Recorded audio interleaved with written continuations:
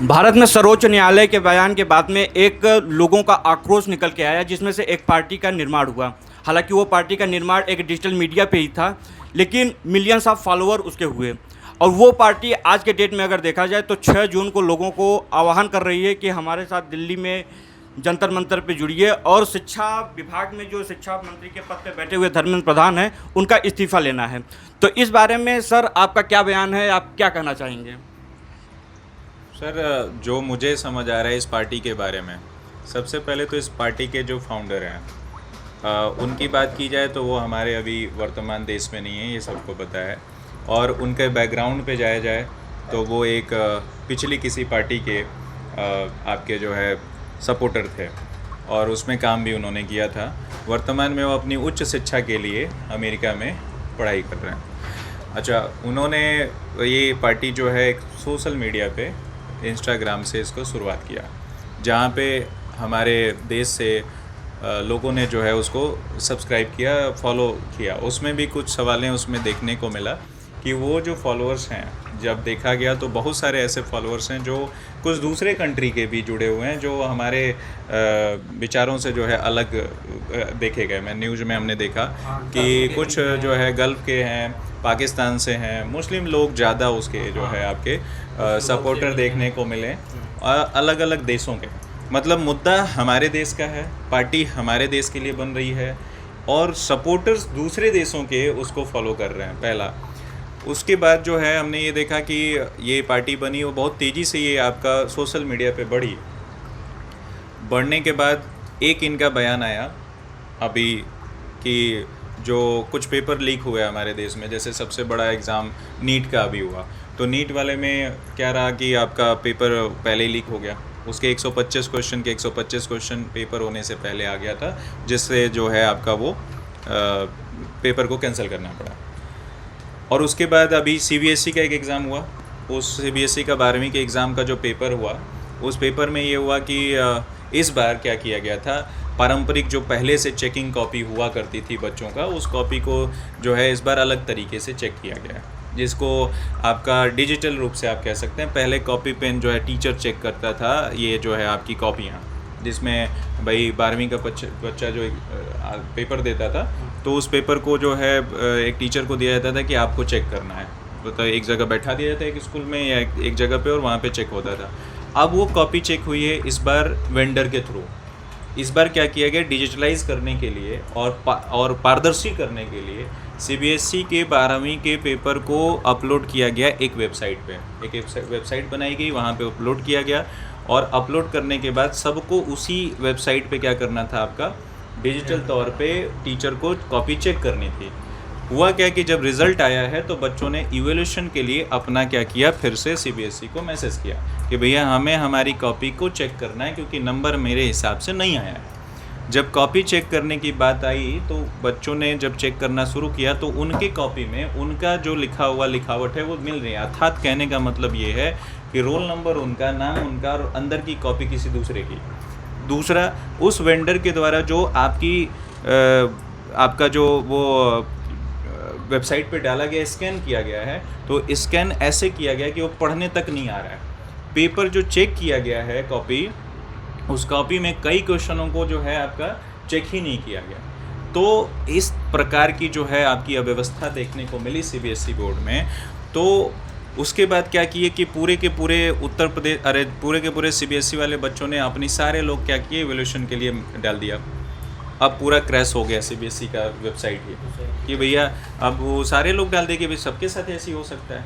ये मुद्दा जो है पूरे भारत में चर्चित, एक तो नीट, एक ये सीबीएसई हो गया।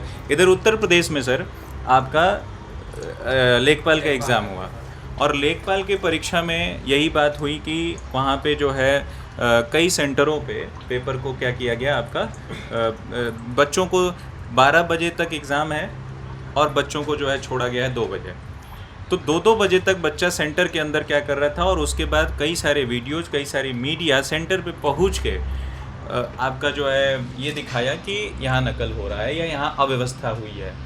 उसके बाद उत्तर प्रदेश के बच्चों ने भी क्या किया आपका कि इस पे सवाल किया, तो बहुत सारे लोगों को FIR हुआ, बहुत सारे लोगों के कोचिंग संस्थाओं को बंद किया गया, और उसके बाद जो है आपका ये मुद्दा पूरी तरीके से भारत में अभी नकल के लिए जो है पेपर लीक के मामले में बना। इसका फ़ायदा कॉकरोच जनता पार्टी ने उठाया और उन्होंने इस सभी चीज़ों को देखते हुए अमेरिका से बैठ के एक शॉर्ट वीडियो रील्स बनाते हैं और रील्स में उन्होंने ये कहा कि हम आ रहे हैं 6 जून को सुबह 8 बजे दिल्ली एयरपोर्ट पे। पहली वीडियो जब उनकी आती है और अभिजीत दीपिके जो उनके फाउंडर हैं और पूरे अपने कॉकरोच जनता पार्टी के जितने भी फॉलोअर्स हैं, जितने भी सपोर्टर हैं, वो लोग आप हमारे एयरपोर्ट पे हमें आप विज़िट करिए, हमें लीजिए और हम लोग चलेंगे आपका पार्लियामेंट स्ट्रीट के पुलिस स्टेशन और उस स्टेशन से हम लोग अनुमति लेंगे।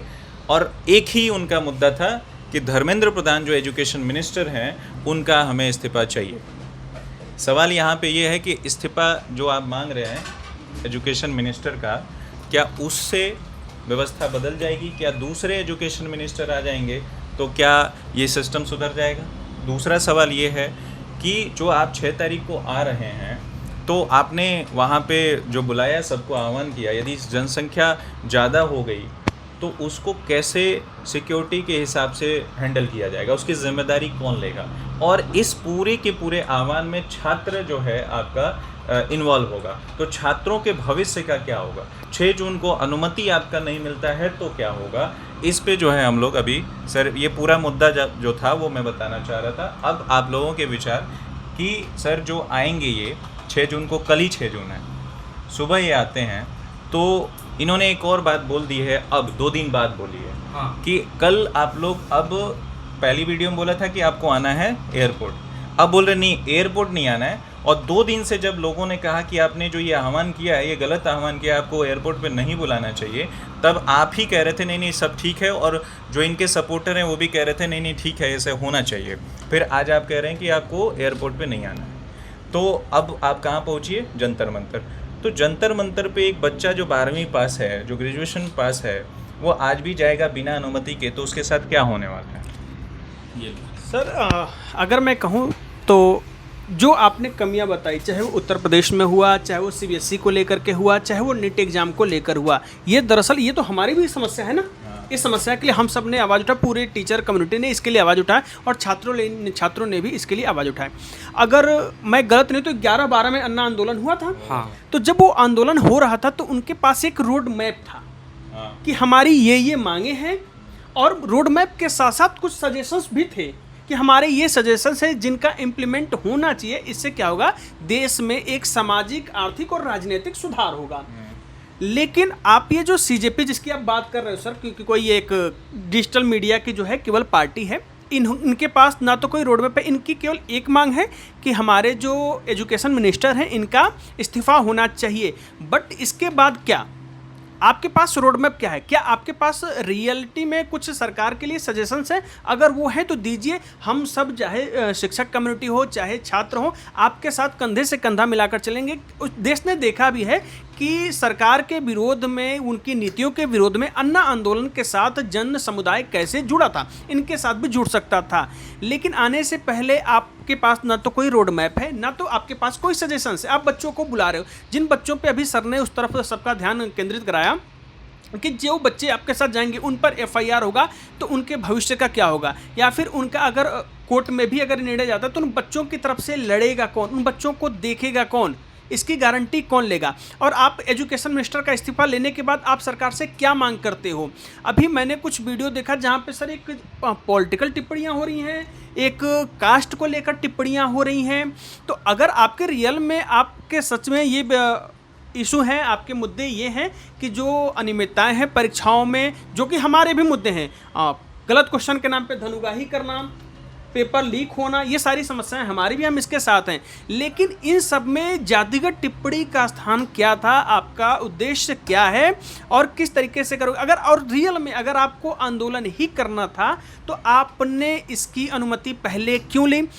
अगर मान लो कि आपने अभी तक अनुमति नहीं ली, सेम डे अगर प्रशासन आपको अनुमति नहीं देता है, तो वहां पर उपस्थित लोगों में कियोस की स्थिति होगी या नहीं होगी? अगर होती है तो फिर उसकी रिस्पॉन्सिबिलिटी किसकी होगी? बहुत सारे क्वेश्चन है जिसका जवाब देना होगा, नहीं तो ऐसे ही जो बच्चे जो छात्र वहां पर जाएंगे उनके साथ गलत होगा। हम तो चाहते हैं कि आप अपने विवेक का इस्तेमाल करिएगा इन चीज़ों पे कि आपके लिए क्या उचित है और क्या अनुचित है। बाकी सर आगे बताएंगे। सर, जैसा कि इसमें बताया जा रहा है कि अभी तक इनको परमिशन नहीं मिली है, तो ये तत्काल अगर आते हैं 6 तारीख को आते हैं, उसके बाद तो फिर तब भी हो सकता है नेशनल सिक्योरिटी या फिर सॉवरेनिटी का मामला ले करके परमिशन इनको सरकार की तरफ से न दिया जाए। तो वैसे में जो लोग वहाँ पे इकट्ठा हुए रहेंगे उनके साथ में किस प्रकार की घटनाएं होने की संभावना देखी जा सकती हैं? सबसे पहले तो सर हमें ये दिख रहा है कि वो आएंगे तो तुरंत गिरफ्तार होंगे। अब गिरफ्तार होंगे तो ये तो तय है, यदि नहीं होते हैं वो अलग बात है, पर जब हो रहे हैं, पहली कंडीशन हो रहे हैं, तो आगे क्या?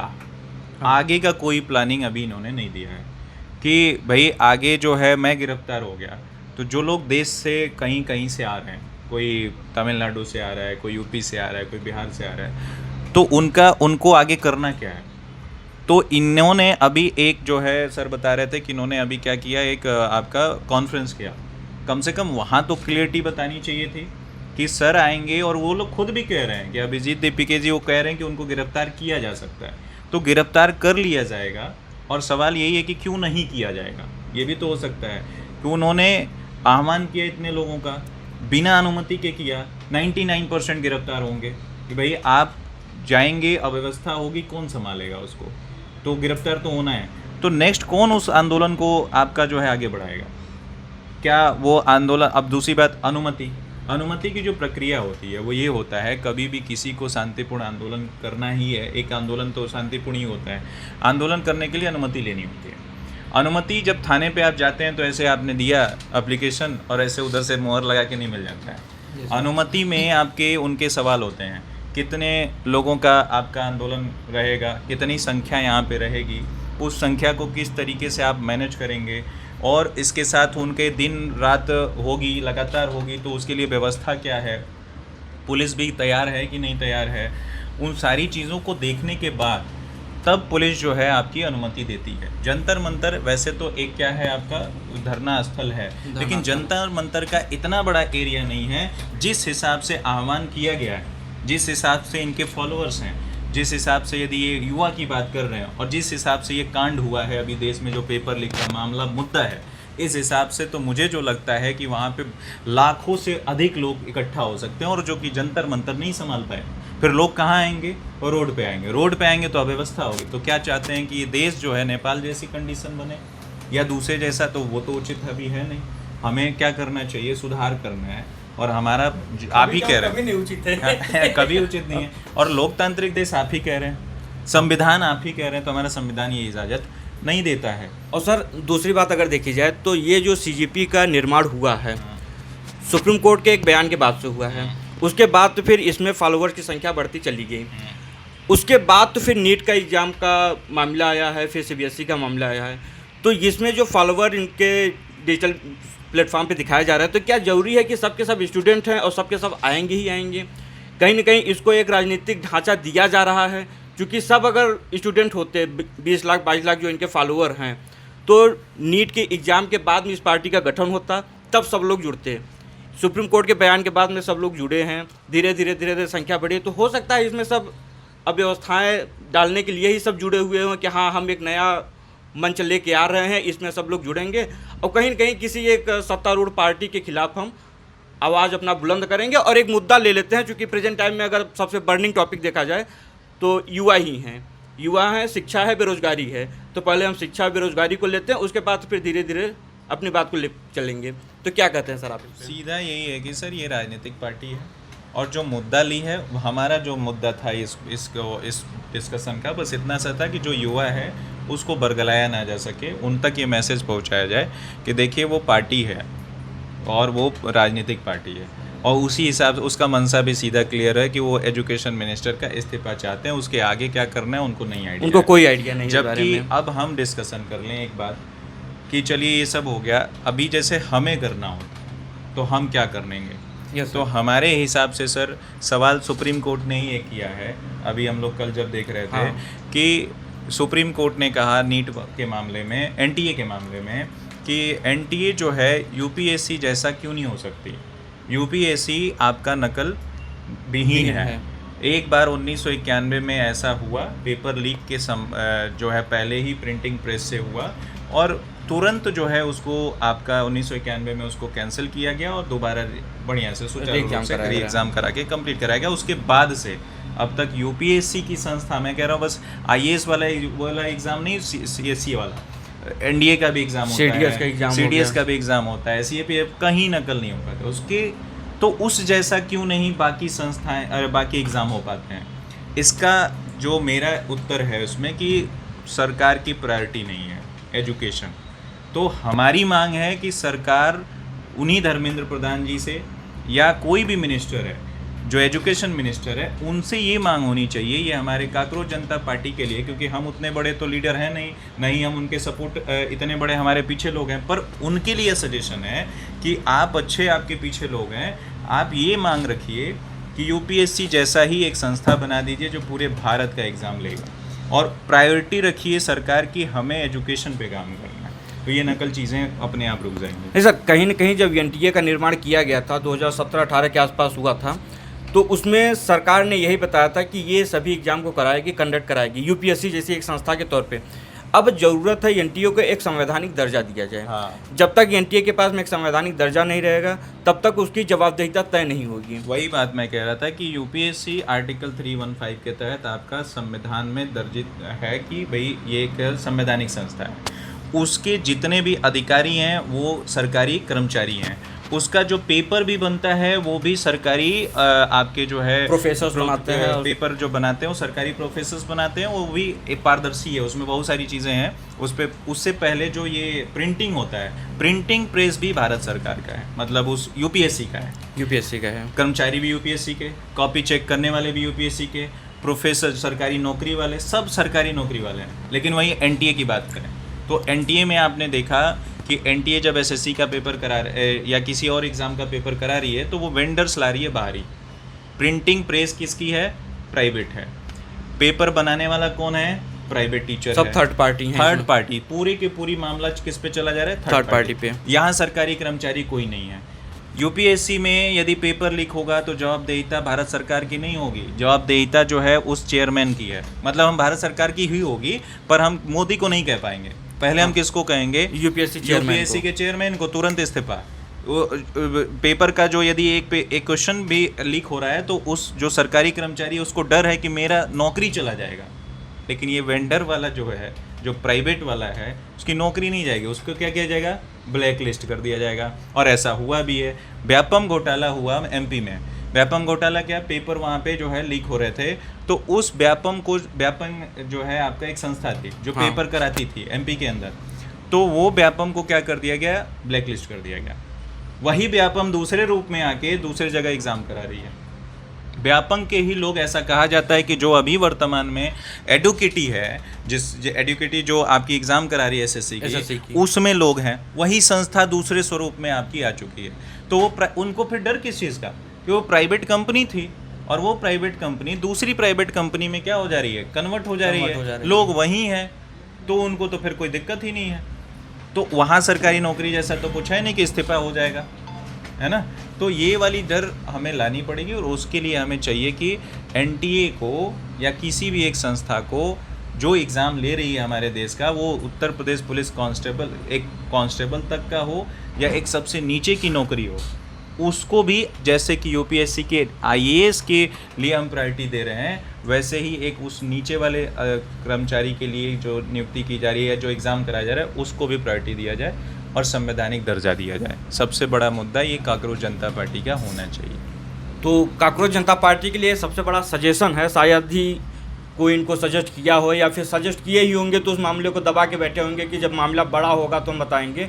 तो उनके लिए सबसे बड़ा है कि अगर सुधार करना है तो शिक्षा मंत्री के इस्तीफे से बढ़िया है कि आप इस मांग को रखिए कि एक ऐसी संवैधानिक संस्था बनाई जाए जहां से सभी एग्ज़ाम को सुचारू रूप से किया जाए और जो शिक्षा में हो रही अव्यवस्थाएं हैं उनको देखा जाए। जैसे कि तमाम मुद्दे आते हैं, वो अलग मुद्दे हैं कि पीपल्स और टीचर्स का रेशियो कैसा है, स्कूल का इंफ्रास्ट्रक्चर कैसा है, डिजिटल डिवाइड कैसा है, उन सब मामलों को लेकर के आप बना सकते हैं एक मुद्दा। लेकिन प्रेजेंट टाइम में बच्चों को बहका करके, बरगला करके कि आप यहाँ आइए, वहाँ आइए, बच्चों को इससे दूर रहना चाहिए। क्योंकि यहाँ पे 22 मिलियन फॉलोअर देख करके अपना आइडियल नहीं मानना है। वो कहीं और से जुड़े हैं, क्या हैं, सर ने बताया भी कि अदर कंट्री के वहाँ पे जुड़े हुए हैं। तो इसी के साथ हम लोग इस बात को कहेंगे। सर आप कुछ कहेंगे? नहीं सर, सारी बातें तो अब हम लोगों की हो, सारी बातें सर ने क्लियर कर दी। सीधा सर अपना फंडा यही है कि आप अपना करो, हम यही कहना चाहते हैं, आंदोलन करो, ठीक है, हम साथ छात्रों के अगर हित के लिए कर रहे हो तो, बट आप एक अपना रोड मैप दो, एक सजेशन तो दो, और उससे आप जो हमारे सारे टीचर्स हैं, जितने भी टीचर्स हैं, आप उनका एक रिव्यू कराओ कि हम क्या क्या सजेशन ले सकते हैं, क्या क्या हम इसमें सुधार कर सकते हैं। इस तरीके से हम सब साथ हैं। लेकिन एक रोड मैप तो दो पहले। छात्रों के लिए बस एक लास्ट मैसेज ये है कि भैया आप लोग अपना ये सारा डिस्कशन देख रहे हैं, सुन रहे हैं, और ख़ुद भी आपका अपना विचार है, उस विचार के तहत ही आप कहाँ तक सपोर्ट कर सकते हैं इस पार्टी को, वहीं तक करिएगा, क्योंकि आगे के बहुत सारे सवाल हैं, उसको ध्यान में रखते हुए आगे बढ़िएगा। ठीक है, तो बाकी इस वीडियो को ज़्यादा से ज़्यादा लोगों तक भेजिएगा। उनके आपके जो भी राय हैं ज़रूर शेयर करिएगा। हो सकता है आप गालियाँ भी दें, हमें स्वीकार है आपकी गालियाँ, लेकिन जो चीज़ें ज़रूरी थी वो आप तक पहुँचाना, इसलिए ये आपका वीडियो है। धन्यवाद। धन्यवाद सर।